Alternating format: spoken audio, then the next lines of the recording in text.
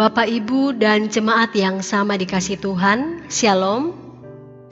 Setelah sepanjang hari ini, kita boleh mengisinya dengan berbagai aktivitas kita di rumah tangga masing-masing, maka saat ini kita akan bersama-sama membaca, mendengar, dan merenungkan firman Tuhan. Pembacaan kita pada hari ini dari Injil Yohanes pasal 20, ayat 1 hingga ayatnya yang ke-10. Yohanes pasal 20 ayat 1 hingga ayatnya yang ke-10. Marilah kita berdoa sebelum kita mengambil bagian dalam pemberitaan firman Tuhan ini. Kita berdoa. Ya Tuhan, ibarat rusa yang berdahaga, demikian pula kami umat-Mu yang haus akan kebenaran firman-Mu. Oleh sebab itu bersabdalah kepada kami sekalian, karena firman-Mu ia akan menyegarkan diri dan kehidupan kami. Mampukan kami untuk dapat menghayati dan memberlakukannya dalam sepanjang hari hidup kami, sehingga setiap detik waktu hidup yang Tuhan karuniakan, semuanya boleh mengacu pada kesetiaan dalam memberlakukan firman-Mu. Terima kasih Bapa, berfirmanlah karena kami anak-anak-Mu telah siap sedia untuk membaca dan merenungkannya. Di dalam nama Anak-Mu Yesus Kristus, firman yang hidup, kami berdoa kepadamu. Haleluya. Amin. Yohanes pasal 20 ayat 1 hingga ayatnya yang ke-10. Judul pembacaan kita adalah Kebangkitan Yesus. Firman Tuhan. Pada hari pertama minggu itu, pagi-pagi benar, ketika hari masih gelap, pergilah Maria Magdalena ke kubur itu, dan ia melihat bahwa batu telah diambil dari kubur. Ia berlari-lari mendapatkan Simon Petrus dan murid yang lain yang dikasihi Yesus, dan berkata kepada mereka, "Tuhan telah diambil orang dari kuburnya, dan kami tidak tahu di mana ia diletakkan." Maka berangkatlah Petrus dan murid yang lain itu ke kubur. Keduanya berlari bersama-sama, tetapi murid yang lain itu berlari lebih cepat daripada Petrus, sehingga lebih dahulu sampai di kubur. Ia menjenguk ke dalam dan melihat kain kapan terletak di tanah. Akan tetapi ia tidak masuk ke dalam. Maka datanglah Simon Petrus juga menyusul dia dan masuk ke dalam kubur itu. Ia melihat kain kapan terletak di tanah, sedang kain pelu yang tadinya ada di kepala Yesus tidak terletak dekat kain kapan itu, tetapi agak di samping, di tempat yang lain, dan sudah tergulung. Maka masuklah juga murid yang lain yang lebih dahulu sampai di kubur itu, dan ia melihatnya dan percaya. Sebab selama itu mereka belum mengerti isi kitab suci yang mengatakan bahwa ia harus bangkit dari antara orang mati. Lalu pulanglah kedua murid itu ke rumah. Demikianlah firman Tuhan. Berbahagialah kita yang dapat memperoleh makna yang terkandung dari kebenaran firman Tuhan ini, untuk kita bawa pulang dan kita praktekkan dalam sepanjang hari hidup kita. Amin. Bapak, Ibu, jemaat yang sepengharapan dalam Tuhan Yesus, puji syukur kepada Tuhan kita patut panjatkan, karena pada hari Minggu yang lalu kita boleh memperingati hari Paskah atau kebangkitan Kristus di rumah tangga kita masing-masing. Tentu saja perayaan Paskah tahun ini berbeda dengan Paskah yang diselenggarakan beberapa tahun yang lalu. Kalau Paskah tahun-tahun yang lalu diselenggarakan di gereja, biasanya kalau hari Sabtu malam, setiap kita telah mempersiapkan diri dan kita tidak sabar menunggu Minggu subuh menjelang. Setelah itu Bapak Ibu Saudara-saudara, kita mempersiapkan diri menuju ke gereja, dan kita semua boleh mengambil bagian dalam perayaan Paskah yang telah dipersiapkan semaksimal mungkin oleh panitia yang telah terbentuk.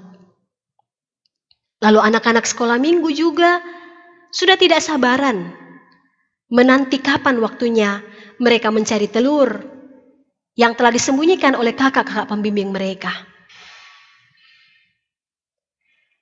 Jemaat yang sama dikasih Tuhan, pada tahun ini oleh karena pandemik virus corona, maka kita dibatasi untuk menyelenggarakan ibadah Paskah di gereja.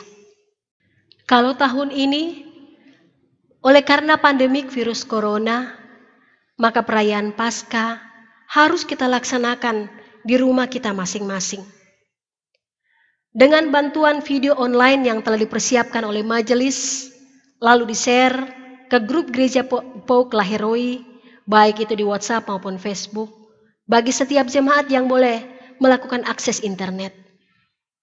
Dan juga dipersiapkan lembaran tata ibadah dan khotbah untuk dibagi oleh majelis sektor kepada anggota jemaat yang tidak bisa mengakses internet dalam menyaksikan ibadah atau khotbah online.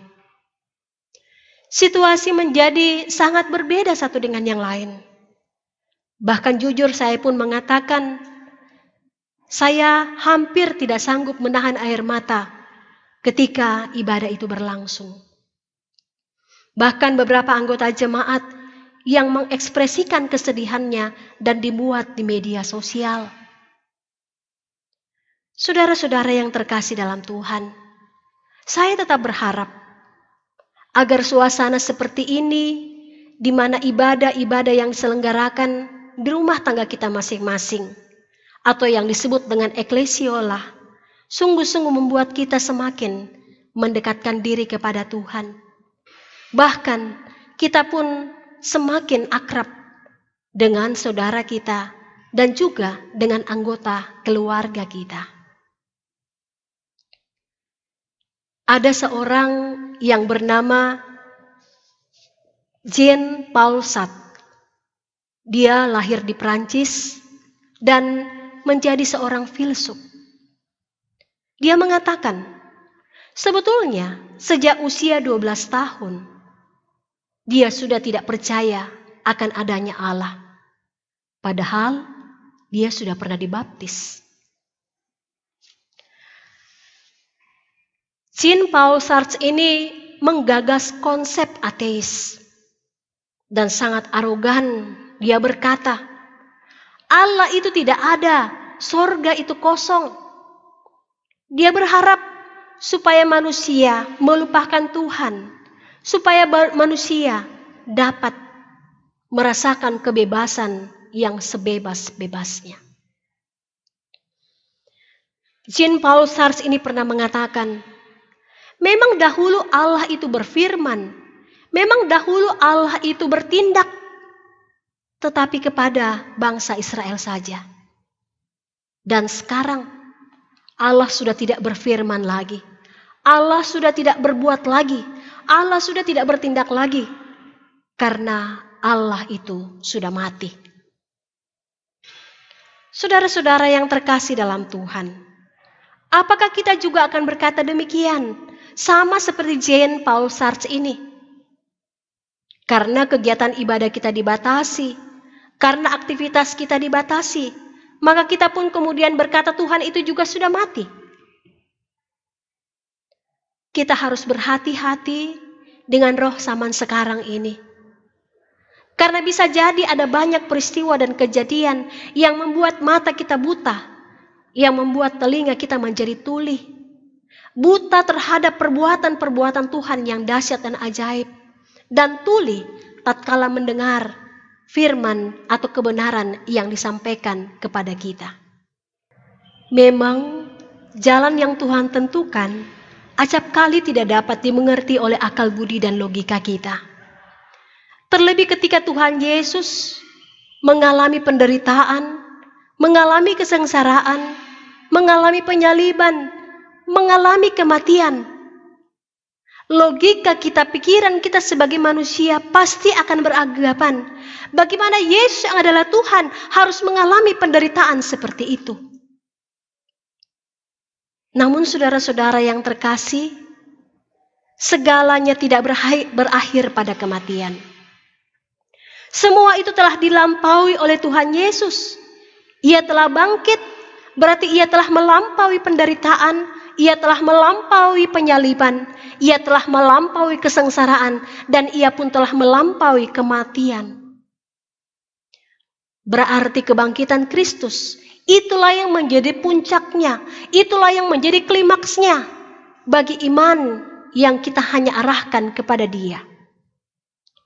Kebangkitan Kristus adalah terang yang harus menyinari kehidupan kita dimanapun kita berada. Jadi, kebangkitan Kristus harus membuat setiap orang yang percaya kepadanya, membuat Bapak, Ibu, Saudara-saudara dan saya meyakini bahwa apapun yang menjadi dinamika hidup dalam dunia ini, semua berada dalam kendali dan karya Tuhan. Kita selaku anak-anak terang harus berusaha menghalau kegelapan dimanapun kita temukan. Saudara-saudara, sebetulnya akar dari kegelapan itu adalah ketika orientasi manusia terarah kepada dirinya. Ketika manusia dikuasai dengan masalah, ketika manusia dikuasai dengan kekhawatiran, kecemasan, dan yang semacamnya, maka sebetulnya diri dan hidupnya didominasi oleh kegelapan.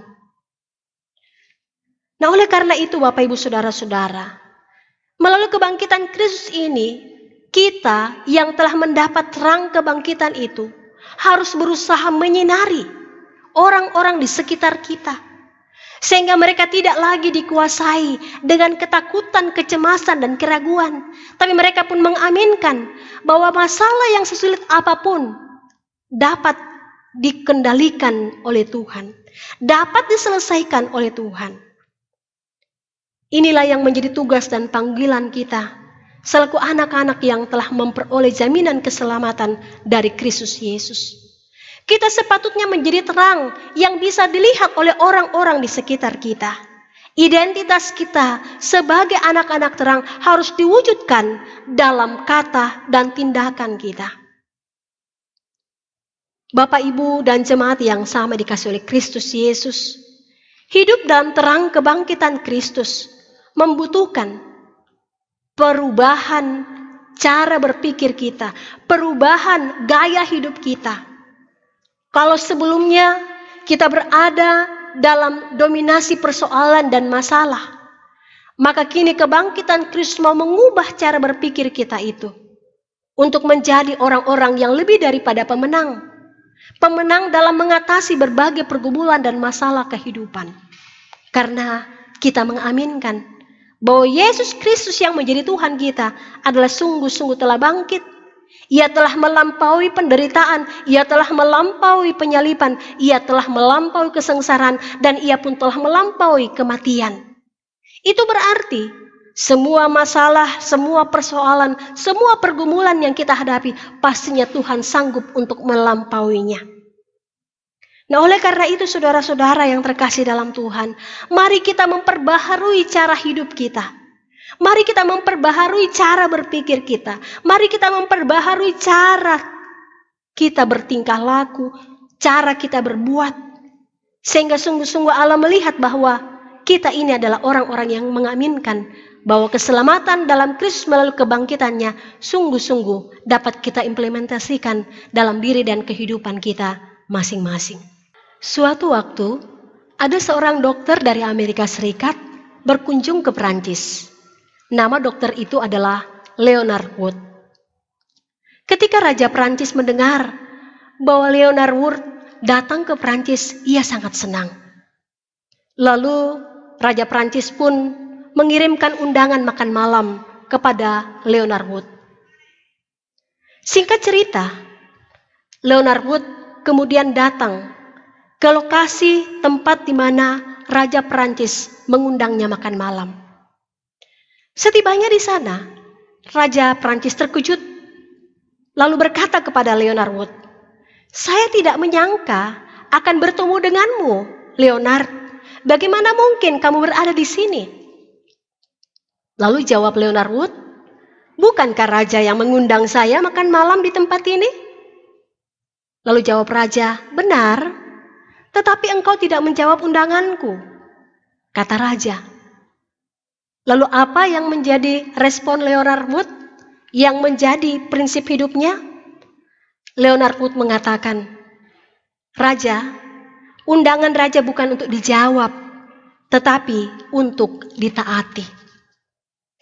Saudara-saudara yang terkasih dalam Tuhan, ilustrasi ini menyadarkan kita sekalian bahwa keselamatan yang telah dinyatakan oleh Kristus Yesus melalui firman-Nya yang setiap saat dapat kita baca, dapat kita renungkan, menuntut ketaatan dari kita sekalian.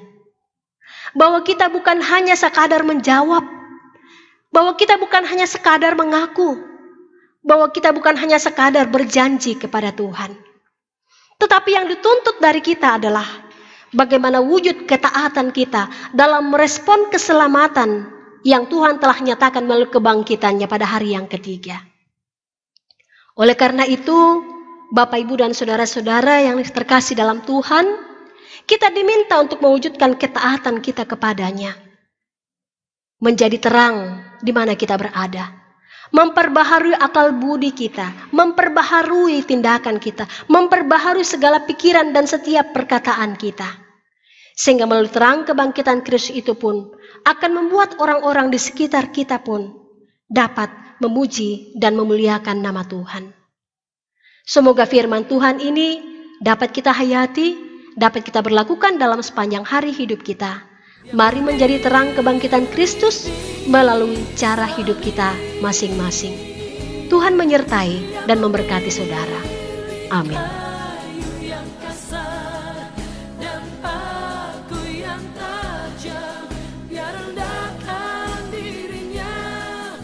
Curahkan darahnya, Dia Tuhan, Dia Raja yang memilih.